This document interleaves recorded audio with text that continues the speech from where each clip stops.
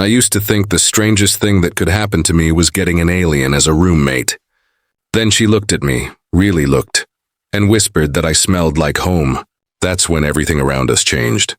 The lights flickered, the air hummed, and for one impossible heartbeat, I swear the universe breathed with us. Now she won't let me go, and I'm starting to understand why. I didn't expect my new roommate to arrive in a refrigerated, coffin-labeled perishables, but the landlord did say she was from out of town. Out of town turned out to be the third planet of a blue-white dwarf in the Messier 13 cluster, and the coffin turned out to be a climate-controlled travel pod with a handle that shocked me when I grabbed it. Because I forgot to ground myself, I yelped. The pod yelped back. Then it sighed open like a can of soda. What stepped out was, well, imagine if Moonlight had decided to try being a person for a while. She was tall and long-limbed with a balance that made even my messy hallway look like a runway, wearing a travel coat that shimmered between silver and lilac, and a hood that framed, no exaggeration, hair like poured ink scattered with constellations. Not dyed, not glitter.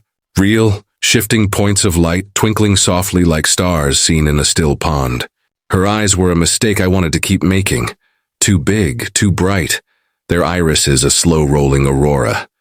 She took a breath of my building's recycled air and winced. Then she looked straight at me, and a ring of faint bioluminescent freckles flared along her cheekbones and brow, like a sunrise trying to be polite. "You," she said, voice low and musical. "You smell like—" She closed her eyes and inhaled again, tilting closer until I felt the chill of the travel pod radiating off her coat. "Home. Welcome to Pittsburgh," I offered, because sarcasm is my preferred life raft. "Pittsburgh," she repeated, examining the word as if it might require dissection. "Yes, I am Prince Cathari of Lyrics. I will occupy the spare room and share kitchen rituals according to contract." "Prince," I echoed, noting the very not-male person standing before me. "Like royal prince?" Her luminous freckles pulsed once, amused. The title denotes stewardship of a constellation lineage, not male identity. "Do not worry." She leaned in again, then stopped herself with an almost visible gear shift in her posture. "I can smell your worry." "I was thinking about whether your people do security deposits," I lied. "Ah, you are humorous. That will be inconvenient." It turned out Prince Cathari, cat she permitted me to say if the apostrophe made me swallow wrong, had already wired the deposit. She'd also memorized the building's blueprints, a list of the nearest 37 emergency exits, and the exact catalog of odors in the hall. Old paint, dust, spilled ethanol-based cleaner, a neighbor you call Mr. Boots because he leaves them outside his door. She sniffed again, more delicately, and those freckles brightened. "And you, warm, saline, cardamom, ozone, home. Do you have a literal sense of smell for cardamom?" I asked. "Or is that your poetic soul?" "Literal?" She paused. "But your soul seems competent." "Strong start," I said, ushering her inside. "Come in. Mind the cat." "I detect no cat." "Exactly," I waved at the suspiciously empty couch. "Mind the space where the cat should be." He's vindictive. Kat's first impression of the apartment was to move with clinical precision from room to room, head tilted, nostrils barely flaring, cataloging everything like a living scanner. She was graceful, confident, and, maybe my favorite part, unintentionally literal. She asked to see all the faucets, and then sat on the floor with a tool roll the size of a violin case, adjusting our perpetually dripping kitchen sink with a tiny hexagon key that hummed when she touched it. "I appreciate your advanced alien plumbing magic," I said, trying not to gawk at the way faint light crawled under her skin in lines, trails that convened at the base of her throat like a constellation drawn in milk glow. "That's incredible," she glanced up. "Not magic." She turned the humming key, and the noise from the pipe quieted, the drip settling into a clean, mathematical rhythm. "Your water is heavy with dissolved metal ions. The valve needed resympathizing, of course. Classic resympathizing problem." I leaned against the counter and promptly put my hand in the wet patch where the leak had been. She passed me a towel without looking, as if 4 of her senses had mapped the room and my clumsiness long before the mistake. The towel smelled like something green and cold, snow under pine branches. That was the moment I realized I was in trouble. It was one thing to be intrigued by a roommate, another to find your heart trying to harmonize with a stranger's. That's the only way I can describe it. A pull, low and resonant, like the opening note of a song you've been trying to remember for years. Prince? I said to keep my brain from spinning. If your title is stewardship, what exactly are you? Stewarding? Your LinkedIn must be wild. Our family preserves threads of resonance, she said matter-of-factly, standing. Lyrics is built on song, on sympathetic harmonics between the bodies of people, the bodies of planets, the bodies of machines. When a pattern is endangered, we store it, teach it, call it back to life. She brushed her palms together. I watched more than I should have. Even her efficiency felt like choreography. The word in your language would be keeper. Prince is shorter, and you're here to study at CMU. Exchange, she said. Also, her gaze flicked to me and that faint glow along her throat brightened. We follow the taste of home when it calls. I can't help noticing you keep saying I smell like home. I managed, going for breezy and landing somewhere between squeaky and amphibious. Is that a good thing? Her aurora eyes studied me. It is disorienting. Sorry? No? She shook her head, starlight hair shifting. It is not your fault. I was warned of this possibility. Some humans carry traces of a pattern lyrics lost. She gestured at me, a precise sweep of fingers. On my world, we would take you to a quiet place and sing to you until the resonance stabilized. Here, we call that karaoke, I said. Her mouth did an uncertain thing that might have been the beginning of a smile. I do not think your microphones are rated for it. We fell into a routine faster than I expected. She took the spare room.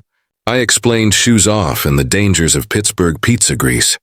She installed a puck-sized device in the hallway that gently encouraged dust to settle in a pattern she called a passable radial. She drank water like it was a religion and sat in the window at night with the blinds open, soaking up city light as if it fed her. On the third evening, the accidental intimacy happened. It was my fault, mostly. I'd left the windows open to the soft rain and a cold front had slid in, making the apartment the kind of chill that slips under your clothes and squats in your bones. I came home damp and shivering, fumbling with a stubborn zipper. Kat was at the table, wrist deep in beige clay she'd harvested from 3 different pottery studios, by asking very politely for their throwing slop.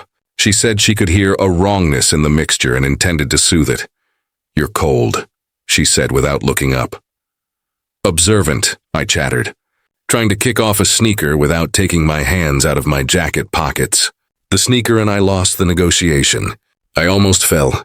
Kat caught me by the sleeve with one hand, still not glancing up from her clay. Her fingers were cooler than human, not unpleasantly, just crisp like a polished riverstone. You should warm yourself, she advised. I'm working on it, I muttered, wrestling with the zipper. It jammed again. I swore softly. She finally looked up, and the bioluminescent trails under her skin pulsed once, in what I was starting to recognize as surprise. In 2 steps, she closed the distance, and before I could ask what she was doing, she slid her hands under my jacket and around my sides, palms flat to my ribs. Made a noise that I hope sounded human. I said, brain unplugged. This is new. This is normal, she said with the authority of someone reading a recipe from a stone tablet. Your mouth says but your temperature is dangerously low. On lyrics we interpose, you interpose. We apply a cooler body to prompt heat production through reactive comfort. She blinked. We sit on the person. You what? Before I could step back, she had gently, but very firmly, nudged me toward the couch and pushed me down. Then she sat on me, straddled to be precise, her knees bracketing my hips, her coat whispering as it fell open. She was all cool precision and patient pressure, like an elegant weighted blanket with opinions. Prince Cathari, I squeaked, which is not a phrase I expected to hear myself say in any universe. This is a deeply forward kind of normal. She tilted her head, earnest. Is this not how you do reactive comfort? On space stations, the medbeds are too stiff. We use each other. We call it the warm, firm protocol. Catchy, I said faintly. On Earth, we usually try. Blankets, tea, sitting near. Dawn. She considered this. Then I am embarrassed. She made no move to get off me. but I am committed to your health. I could feel her in a way that felt dangerously good. Not just the coolness of her skin, but a subtle vibration, as if her body hummed a note at the edge of hearing. The glowing trails along her throat and wrists had flared brighter the moment she climbed on top of me, and now they shifted. The pattern wasn't random. It moved like rainfall on a tin roof, gathering, coursing, pooling at the base of her throat again. My hands, which had no business being where they were, hovered uncertainly. She nudged them to her waist with brisk practicality. "Hold," she said. "Right," I breathed. Holding. The hum deepened. A scent rose from her skin, salt, cold, and green again, but threaded now with something warm like toasted sugar. Her pupils widened and her aurora irises darkened, and her freckles, those patient stars, brightened until I could have read a book by them. She made a small, shockingly vulnerable sound, as if startled by her own reaction. "What's happening?" I asked softly. She swallowed. I felt it through her. "An involuntary response," she said, clipped, all the more formal for being rattled. "Proximity to the resonance pattern, your scent, triggers a mating." "Reflex, no, not mating. Bond protocol, I can tamp it down." "Should you?" I asked before I could think better of it, and immediately wanted to disassemble my mouth for parts. Her gaze flicked to mine, and the hum changed again, a note I felt in my teeth. "We have met 3 days ago," she said, but there was a tremor there now. "I will not claim without consent. It would be dishonorable. You are currently sitting on me in the name of medicine," I said weakly. "Consent is a slippery eel." She made that almost smile again. "You are humorous under stress. Basic survival instinct." My heart was hammering. My face was hot. All of me was hot, actually, which she clearly noticed because her hands flexed minutely against my sides, and her glow brightened like an answer. "Is the bond protocol dangerous?" "Not if stabilized." She looked down at where her hands lay and then back up, struggling with something she wasn't used to translating. "If we separate while it is active, the resonance can cascade. It is like a feedback loop. It may cause tremors, or singing. Singing doesn't sound terrible. Infrasound," she said. "It could upset your neighbors. Mr. Boots would never forgive me." I swallowed. "So we stay close, till it stabilizes." "Yes," she said, relief softening her voice. "Close contact will help me regulate." She hesitated. "If that is acceptable." I had to laugh, short and helpless. "Prince, you are literally seated on my moral compass." She shifted just slightly, and the hum ticked up a note. "I am not very practiced at human courtship," she confessed, and there it was, a fluster beneath the confident literalness. "You smell like home." "I'm trying to behave." "Same," I managed. "I mean not the home part, but the behaving." We stayed like that, in an embrace that was and wasn't an embrace, long enough for the rain to thicken against the window and the apartment to feel smaller and warmer and more like a secret. Kat's glow ebbed and flowed. The hum became a steady purr. At some point, my hands stopped hovering and did what she'd asked. Held. The precise shape of her, the cool of her, the way she breathed in 4s and 5s, not quite human, a polyrhythm I felt against my ribs. "I am stabilizing," she murmured after a while, the words a little breathless. "You are very effective." "I try to be helpful," I said, then winced at myself. "Do I also smell like cardamom right now?" She leaned in, the tip of her nose almost touching mine, and inhaled. My entire nervous system filed a formal complaint. "You smell like rain and warm metal and a morning kitchen with sunlight," she said, voice a degree lower than any meteorologist should be allowed to use. "Also, your heart is loud." "My heart is doing its best," I said. "It didn't plan for off-world customs today." Her pupils were huge. Nor did I. We might have stayed in that suspended, ridiculous, perfect moment for hours. Our awkward solution turned quietly intimate. If the universe hadn't decided to evaluate my stress tolerance. There was a knock at the door, bright, cheerful, followed immediately by the sound of it opening because only one person I know ignores locks like a sitcom character. "Hey, I brought soup for my favorite code goblin," called Maya, my friend from the makerspace, already halfway inside with a paper bag and a grin. and then she froze mid-step. Time hiccuped. On the couch, Kat's glow leaped to noonday. The hum surged. Her hands tightened on me with a protectiveness that could have cut steel. Maya blinked. Took in the scene. Me pinned by a luminous star-haired alien whose freckles were flaring like a warning buoy. Rain. My expression, which I'm sure read, "Please let the earth swallow me." Then, because Maya is a creature of chaos, she lifted the bag. "Soup?" she tried. Kat's gaze snapped to Maya. Her aurora eyes narrowed, and a low, unmistakably territorial note rolled through the room, gently rattling the spoons in the kitchen jar. "Identify," Kat said. "Every inch prints now." Maya, bless her, looked delighted. "Maya, friend, not—" She wiggled the soup bag. "Threat. I have matzo ball. And also dumpling." Kat made no move to dismount me. If anything, she settled more firmly, glow sharpening like a boundary. "Why are you entering during stabilization?" "Stabile, what now?" Maya's eyes widened. Then she glanced at me, laughter starting to bloom. "Oh my God, are you being sat on therapeutically?" I wanted to die, or be reborn as a houseplant. "It's a cultural thing," I croaked. "It is a medical requirement," Kat said flatly, but the flush of light along her neck betrayed how flustered she was. The scent of toasted sugar deepened. "Please refrain from approaching him until conclusion." Maya looked between us, grin turning mischievous. "You got it, Your Highness," Kat's glow pulsed. "I am Prince," she corrected. "Right, Prince."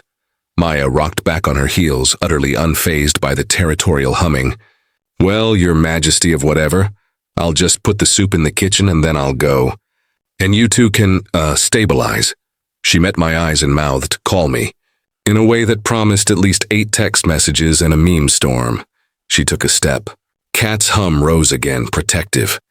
"Maya," I said quickly before my spoons ascended to a higher plane. "Maybe leave the soup by the door." Maya paused, then delicately set the bag on the rug like it might explode. "Copy that." She backed out, hands raised, eyes bright with barely suppressed glee. "This is way better than the time you accidentally 3D printed an octopus with teeth." She slipped out into the hall, stage whispering, "Call me later with the details." The door clicked shut. I lay there, breathless, acutely aware of Kat's hand still on me, her glow thrumming with something equal parts mortified and satisfied. The apartment seemed to exhale. "I dislike interruptions," Kat said, voice very calm, which is how people sound right before they make very uncalm decisions. "Yeah," I said softly, finding her eyes. "Me too." Her glow dimmed a fraction. She swallowed again, and I felt her steady herself, the prince rein settling back into her hands. "The bond protocol is still active," she said, but the clinical edges had melted, replaced by warmth I could feel under my ribs. "We should continue." "Continue," I echoed, trying not to sound like a man who had just been delivered soup and a crisis. "For medical reasons." "For medical reasons," she agreed, solemn, and then, unbelievably, her mouth tilted into a smile, real and soft as she leaned closer, the hum deepening, the rain louder. My heart a drum in an alien temple. That's when my phone, forgotten on the coffee table, lit up with Maya's name and a message preview that read, "Are you safe? Do I need to call the United Nations? Or is this a do not disturb situation?" Kat's freckles flared. She looked at me, something possessive and shy and wicked all at once in her aurora eyes. "Do I need to confiscate your communicator?" she asked, voice honey slow. "For stabilization?" The screen vibrated again, lighting our faces. I swallowed, watched the glow shift along her throat in answer, and for the first time in my life I seriously considered turning off my phone and letting the world wait. My thumb hovered, her breath touched my mouth, and then, for a long, quivering second after the phone buzzed, the world felt like it had stopped spinning. Just me, her, and the quiet vibration of my very poor life decisions. Kat's gaze tracked the glow of the phone screen, then lifted back to mine. "Your human device interrupts sacred regulation," she murmured, her voice halfway between a purr and a reprimand. I cleared my throat, trying to scrape together a fragment of dignity. "Yeah, well, it's got great timing." I reached toward the phone, but she caught my wrist, gently, firmly. "Later," she said, her tone decisive enough to make my heart skip. Stabilization takes precedence. Right, of course. My voice came out more breath than words. Wouldn't want the resonance to, destabilize. Her mouth curved, that new dangerous half-smile returning. You learn quickly, human. I had no witty retort left in me. All I could focus on was the faint hum building again. The way her glow softened into a slow pulse that matched my heartbeat. Every beat. A perfect synchronization. Is that normal? I asked quietly. Her eyes flickered with something between awe and hesitation. No. She sounded almost reverent. Our harmonics rarely synchronize so completely. It means the pattern recognizes you more deeply than expected. It believes you belong. Belong? I echoed, startled. That's a big word for someone I met 3 days ago. She tilted her head, her hair cascading forward like liquid starlight. Time is irrelevant in resonance. Either the frequencies align or they repel. We have aligned. My pulse jumped. She felt it, literally. Her hands, still resting at my ribs, flexed slightly. The glow along her fingers brightened like sunrise. You feel that? I asked. I hear it, she whispered.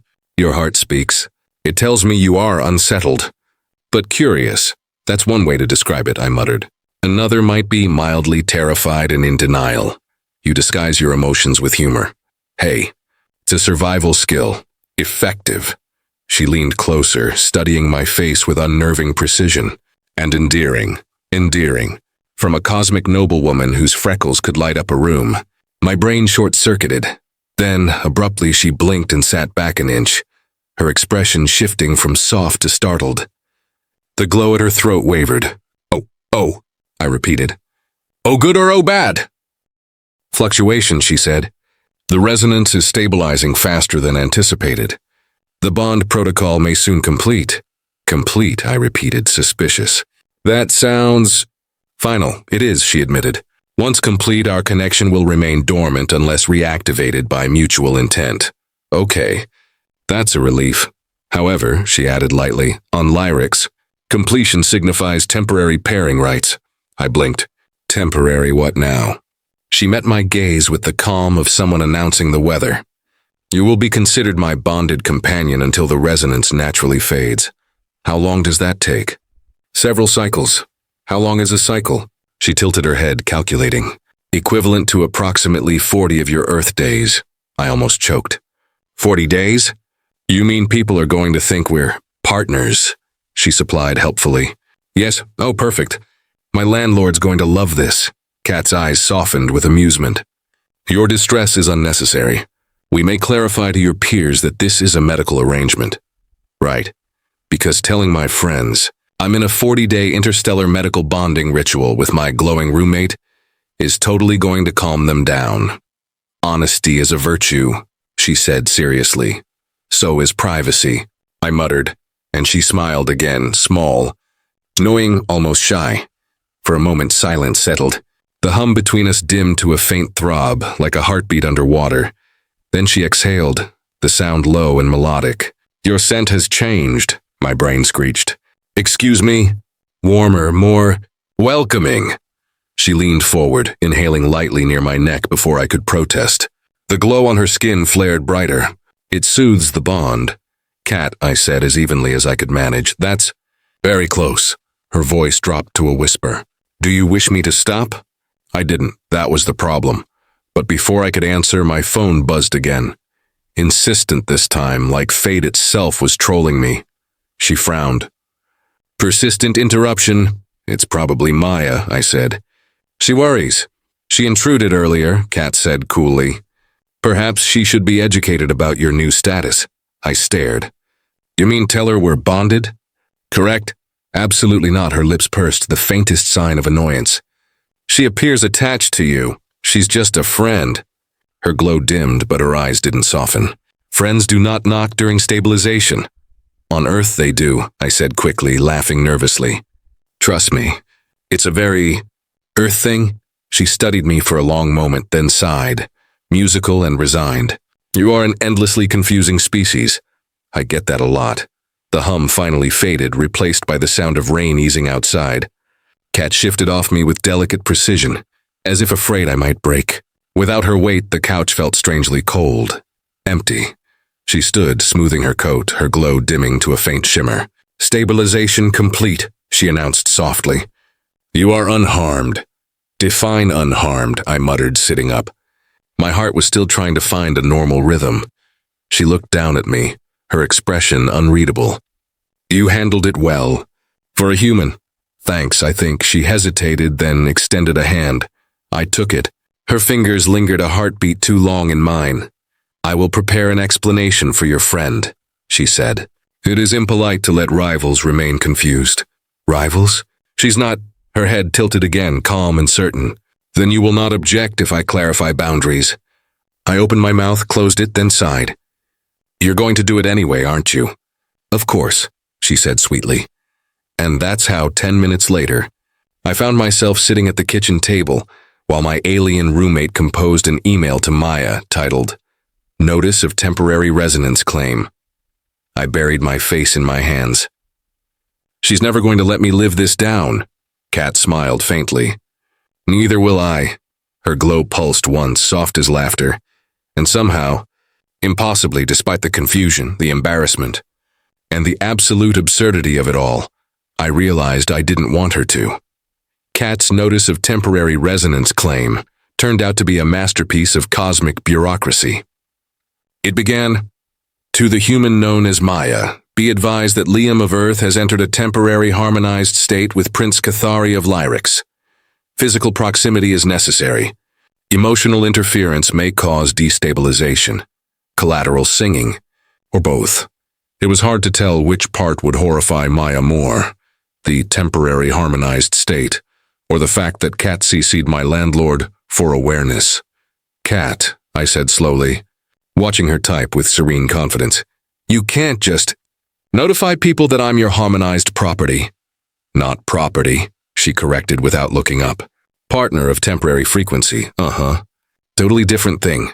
Her fingers paused mid-keystroke. Do you object to being known as such? I opened my mouth, then closed it. There were 50 logical reasons to object, and one very illogical, fluttering reason not to. I just think it might be misinterpreted. Her eyes flicked to mine, glowing faintly. By whom? Maya, for starters. Your friend, she said, the word flattening like a note played off-key. Yeah, I said carefully. My friend, who you don't need to warn off like she's an asteroid in your orbit. Her glow pulsed just once, brighter, defensive. She interrupted stabilization. Her energy disrupted the resonance. She brought soup. Food is a known courting gesture across species. I blinked. That's just kindness. Kindness, she repeated softly, tasting the word as though it didn't quite translate. And do you offer kindness to many others? Her tone was steady, but something in the way she held herself, shoulders tight, jaw tilted just so, betrayed tension, jealous tension. God help me, it was endearing.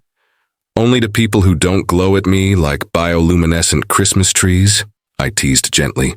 Her glow dimmed, embarrassed. That is involuntary. I know, I said with a smile. Still cute, though. Cute? She repeated, unfamiliar with the word, but already suspicious of it. Yeah, like charming. In a way that makes me not want to argue. She blinked at that, her freckles brightening in little startled pulses. Humans are easily disarmed by aesthetics. Only when the aesthetics are armed, I said before my brain could stop me. Kat blinked again and laughed. Soft, surprised, musical laughter that filled the room like wind chimes. It was the first time I'd heard her laugh, and it undid me. When she finally caught her breath, she looked at me differently. Your words are odd, she said softly, but they make my chest feel light. That's kind of the goal, I murmured. If I can't fix the cosmic bond thing, I can at least make you laugh about it. She tilted her head, studying me. On Lyrics, shared laughter signifies compatibility. Oh no, I groaned. Don't tell me I just triggered another ritual. Her smile grew sly. Not a ritual. An acknowledgement. Of what? That the harmonics may be more mutual than assumed. Mutual. The word lingered in the air between us, heavy and hopeful. Before I could ask what she meant, her wrist device, a thin band that pulsed with pale light, began to hum softly. She looked down, eyes narrowing. A message from the embassy, she murmured. The alien embassy, I asked, correct? They have detected my resonance spike. Her eyes darted to me. They request an update. Oh boy. Do they have a "my roommate smells like destiny" form to fill out? Her mouth twitched. They will have questions. Can we not tell them I was involved? That would be dishonest, she said automatically. Then after a pause, though perhaps strategic. Strategic sounds good, I said quickly. Let's go with that. Kat's gaze softened again. You are a chaos species, she murmured fondly. It is exhausting. You love it, I said. I am beginning to suspect I might. For a moment, neither of us moved. The hum of her wristband faded into the quiet. Her glow dimmed to a soft pulse like moonlight through fog. Then her eyes flicked toward the window. Someone approaches, I frowned. How do you… Footsteps. Scent familiar. Before I could ask what she meant, the doorbell rang. She stiffened. It is your friend, Maya. Her energy is eager. Yeah, she's probably here to make fun of the situation. Kat rose smoothly, straightening her posture until she looked every inch the regal alien she claimed to be. Then I will meet her properly. Oh no, I scrambled up, heart rate spiking. Kat, please don't… Too late. By the time I reached the door, Kat was already there, luminous and poised. Expression perfectly serene in that terrifying royal way. Maya blinked up at her, eyebrows arching. Wow, okay, you weren't kidding about your roommate glowing. Hi. Kat inclined her head with practiced grace. Human Maya. I am Prince Cathari. Liam and I are presently in a temporary harmonized bond. You may enter if you refrain from offering food.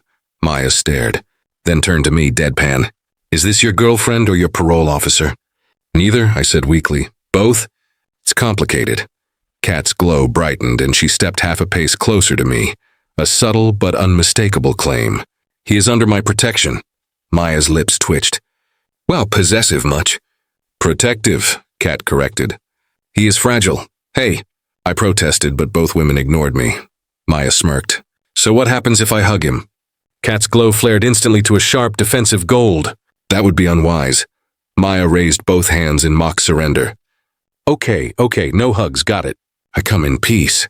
Peace is acceptable, Kat said coolly. Disruption is not, Maya's grin widened. You really like him, huh? Kat blinked, processing. Like? As in, you care about him? The alien prince hesitated. Then softly, yes. That single word hit me like a slow, steady pulse through my chest. I looked at her. She didn't flinch from it. Her glow steadied, a soft blush of color along her cheeks. Maya looked between us, then whistled. Okay, you two are adorable and weirdly intense. I'm gonna take my soup and go before the air starts sparkling again. Thank you, Kat said sincerely. Maya winked at me on her way out. You're in deep, man. When the door closed, silence flooded back in. Kat turned to me, searching my face. Did I behave correctly? Define correctly, I said, dazed. I did not strike her. Good start, I said faintly. She stepped closer. But I may have revealed too much, I swallowed. The whole yes thing? Yes. Yeah, that was a lot. She looked almost shy. Do you regret hearing it? I hesitated, then shook my head.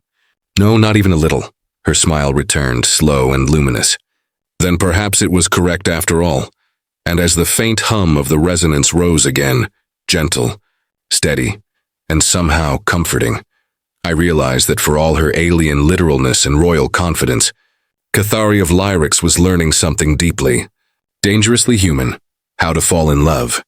By the next morning, the apartment didn't feel like mine anymore. It hummed, not loudly, just faintly beneath the refrigerator's whir and the traffic outside, a soft resonance that seemed to follow me from room to room. Every time I passed by Kat, it deepened, like my heartbeat had learned to harmonize with hers and refused to stop. She noticed too. Of course she did. At breakfast, if you could call my lukewarm coffee and her shimmering bowl of nutrient crystals breakfast, she sat cross-legged on the couch, posture perfect, glowing softly in the morning light.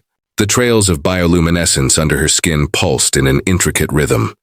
The bond persists, she murmured. Yeah, I hear it, I said, setting down my mug. Literally, it's like we're sharing an apartment with a very polite ghost. She tilted her head. It is not haunting. It is adaptation. The resonance has integrated into your biological frequency. I blinked. Translation, we're synced up? Precisely. Cool, cool, cool, cool. I leaned against the counter, doing my best to sound casual. You mean that in like a metaphorical, platonic, intergalactic pen pal kind of way, right? Kat's gaze slid toward me, unamused. No, right, of course not. Her eyes softened slightly at my expression. Do not fear it. The connection does not compel, it merely reflects. Reflects what? Truth. That word hit harder than I wanted it to. Kat rose gracefully and crossed the room to me. Her bare feet made no sound against the hardwood floor. The closer she got, the louder the hum became, until it wasn't just something I heard, but something I felt deep in my ribs.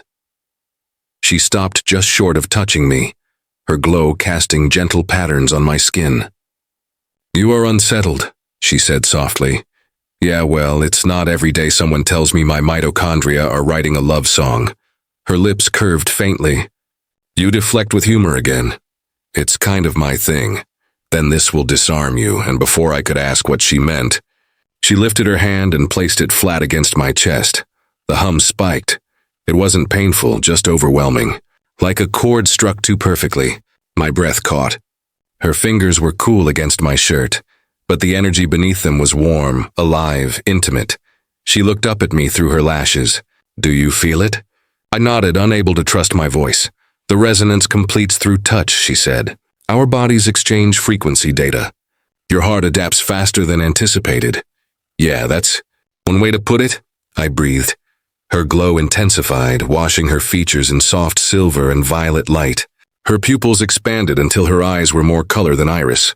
You are beautiful in this light, she whispered, as if the thought escaped her before she could stop it. That made something inside me falter. I could say the same about you, I said quietly. Her hand trembled, just barely. That would be redundant. The air between us thickened with tension, the kind that has gravity. I was acutely aware of every inch of space we weren't yet touching. Then a low hum escaped her, softer this time, almost like a purr. Your proximity increases the resonance. It may require physical grounding, I blinked. Grounding, as in... She hesitated. Embrace. Right, for science, for stability. Same thing. She stepped closer until there was no air between us. Her arms slid around my waist, tentative at first, then firm as she pressed her forehead against my shoulder. The hum evened out immediately, the pitch dropping to a steady, soothing tone. Her glow dimmed, settling into a soft pulse against my chest. This is... adequate, she murmured. Just adequate? I asked, my voice coming out rougher than intended. Her laugh was muffled against me. Perhaps more than adequate. I smiled, one hand finding its way into her constellation hair. It was softer than I'd imagined, each strand catching light like it remembered the stars it came from. We stood like that for a long while, breathing, sinking, existing in a bubble where the universe felt simple. Just warmth and light and quiet heartbeat music. Then her body stiffened slightly. What is it? I asked. The embassy, she said softly. They will sense the bond's permanence soon. They will request I return. Something in my chest sank. Return, as in, leave Earth? She nodded, reluctant. Temporary pairing is not permitted to extend beyond planetary cycles. I swallowed hard. How long do we have? 38 of your days remain. That wasn't long enough. Not when I'd just started learning what her laughter sounded like. Not when she just learned to smile at me like that. I could visit, I said. I mean, Lyrics probably has tourist visas, right? Her eyes softened painfully. You would not survive the atmosphere. Right, I said. Minor detail. She reached up, touching my cheek with fingertips that glowed faintly. You take this too heavily. Easy for you to say. You're the one who glows, not the one who's... Falling, her glow flared. Falling? I met her gaze. For you, the hum stuttered like the universe missed a beat. Then it deepened, richer than before, as though the air itself sighed in approval. Kat inhaled sharply. Her voice, when it came, was barely a whisper. Say it again, I did. I'm falling for you. She blinked rapidly, her glow flickering. You cannot. It is inefficient. Love's not supposed to be efficient, I said softly. Her throat worked as if swallowing a star. On Lyrics, emotion this strong would fuse us completely. You would be bound to my constellation lineage, Sounds serious. It is sacred. Then maybe, I said, smiling gently. You should let me decide if I want sacred. She looked at me for a long moment, eyes shimmering with conflict and wonder. Then she whispered, You are impossible. Probably, I said. But you like that, her lips parted. Perhaps I do.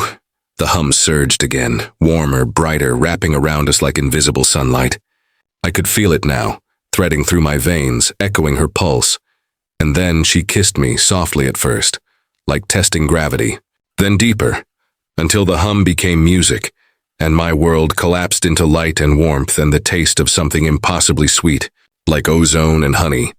When she finally drew back, the glow around her had softened to a gentle halo. Her smile was shy, unsteady, human. The resonance is now permanent, she whispered. There is no reversing it. Good, I said, breathless. Because I wasn't planning to. She laughed, a sound like starlight breaking.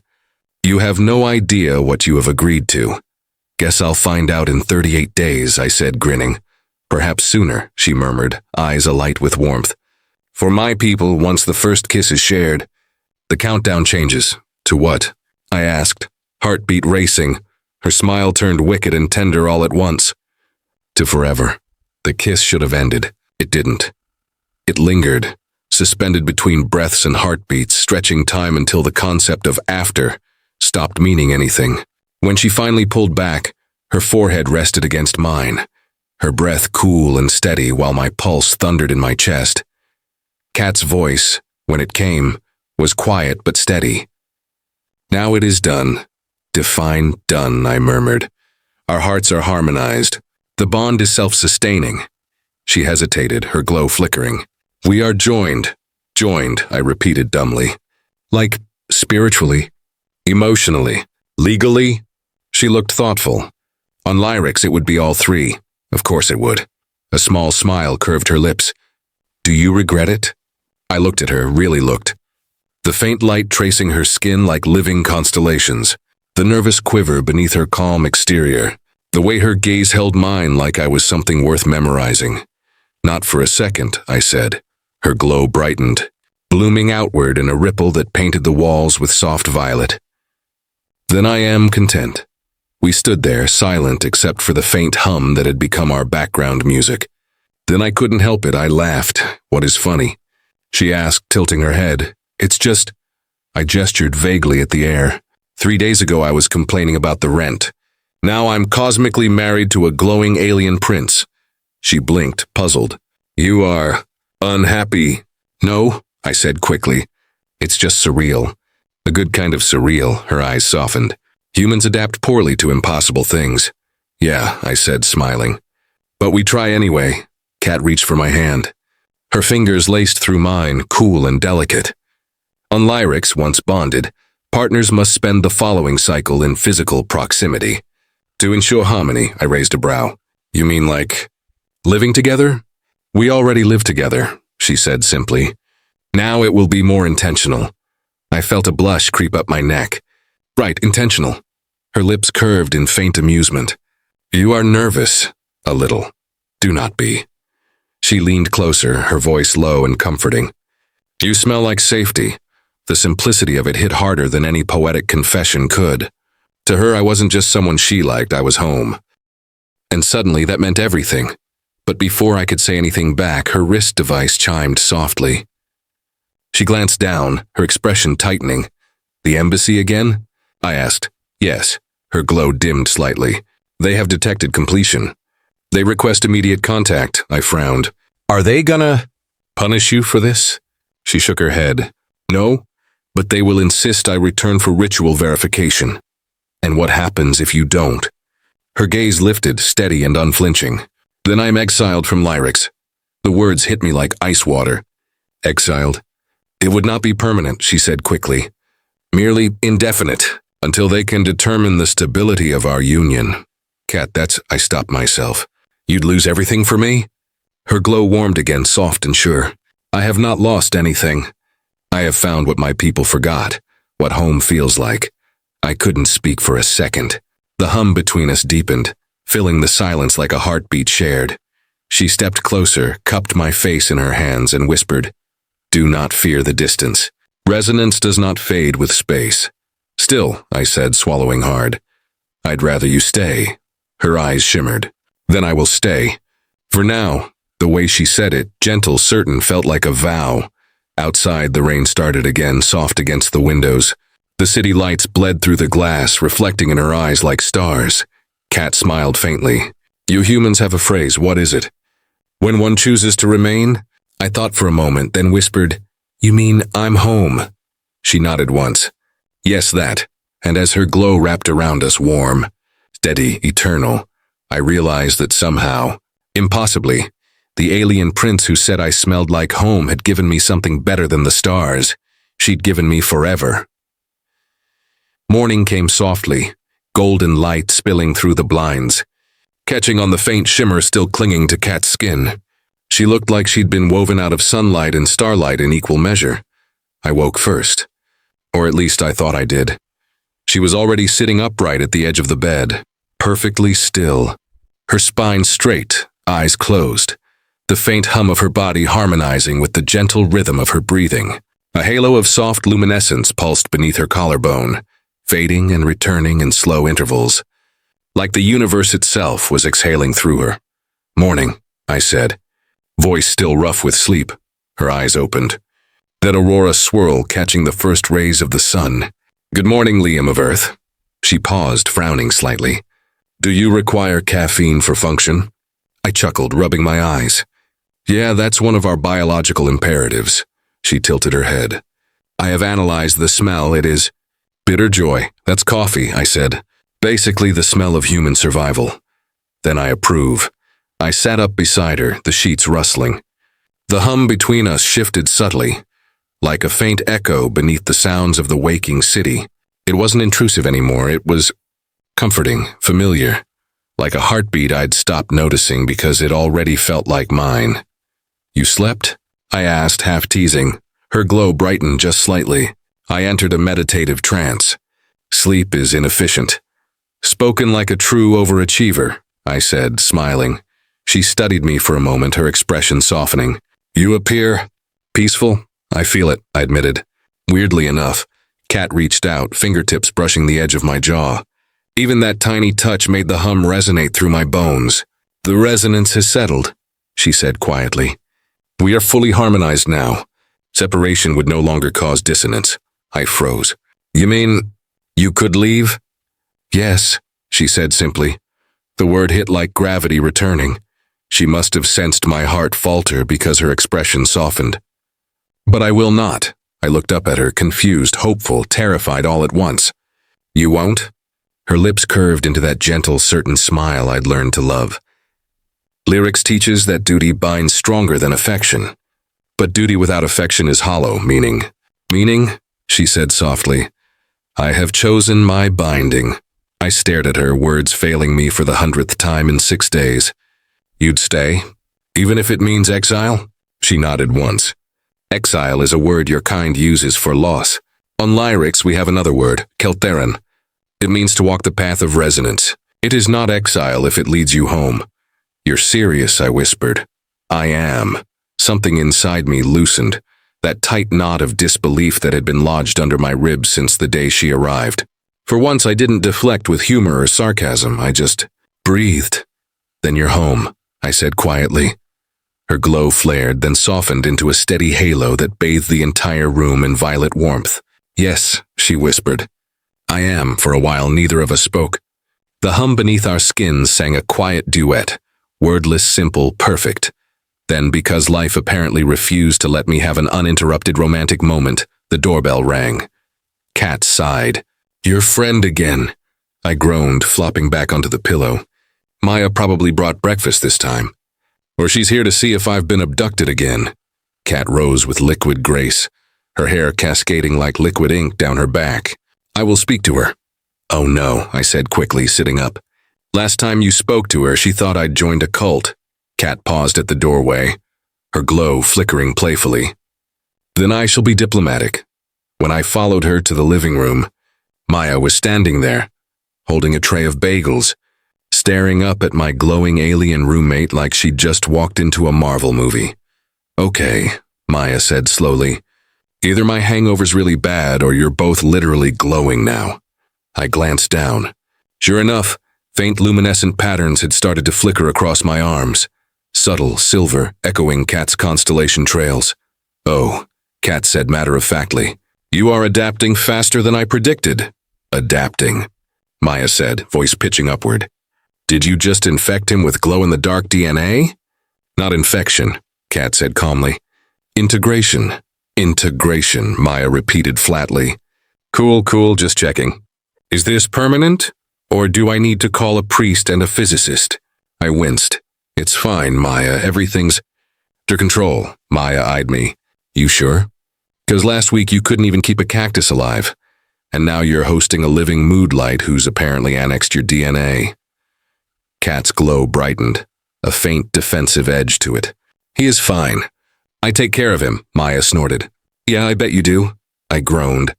Maya not helping, Kat tilted her head. I do not understand the insinuation. Good, I muttered.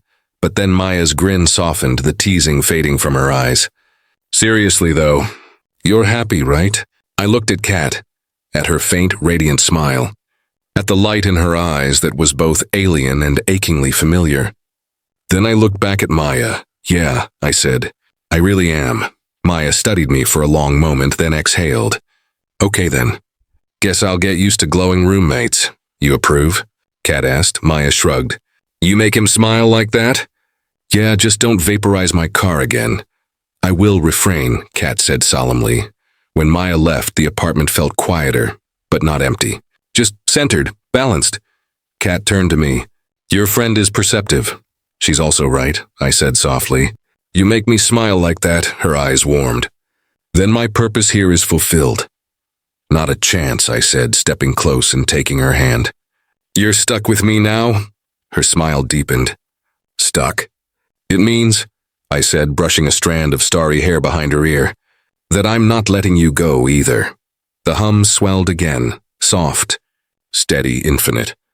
Outside, the city buzzed like it always did, unaware that two unlikely souls in a tiny apartment had rewritten each other's universes.